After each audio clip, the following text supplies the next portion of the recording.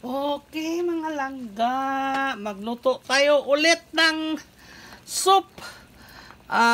Basoy, gihapon ni basoy, pork basoy. Yan, sa Bisaya, basoy tawag ko.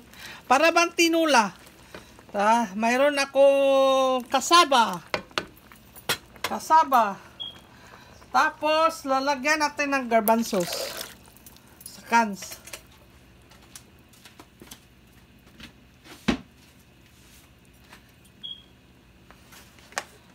Mga langga, ito, matagal na ito. Ito na lang natira kasi nasira. So, ito, halo ito. Siliri. Halo lahat kasi daming gulay nasira kasi hindi ko ginagamit. Siliri yan, mga langga.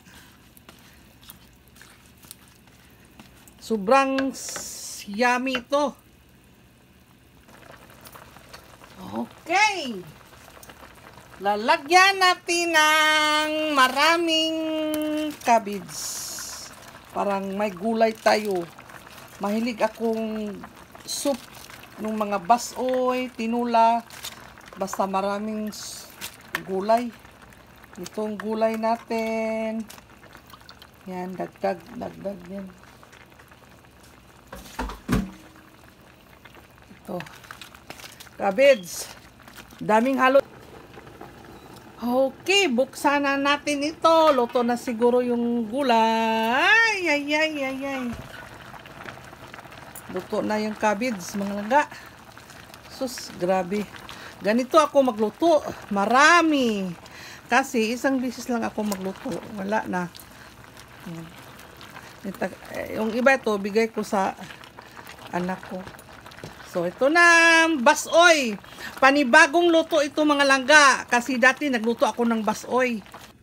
Okay, pinatay ko na yung apoy. Ito na. Ay. Sobrang sarap ito, mga langga. Grabe. Sabaw lang gusto ko dito sabaw. Sabaw, gulay. Gulay. Ito yan, bones. Yung pork. Yung pang stick, yung ginagamit ko. Yan na, dito na sa pinggan, Oo, pork basoy, mga langga. Yung parang pang stick. Yun ang ginawa kong yung soup. Pork basoy soup. Basoy ang tawag namin ito Okay, yan lang.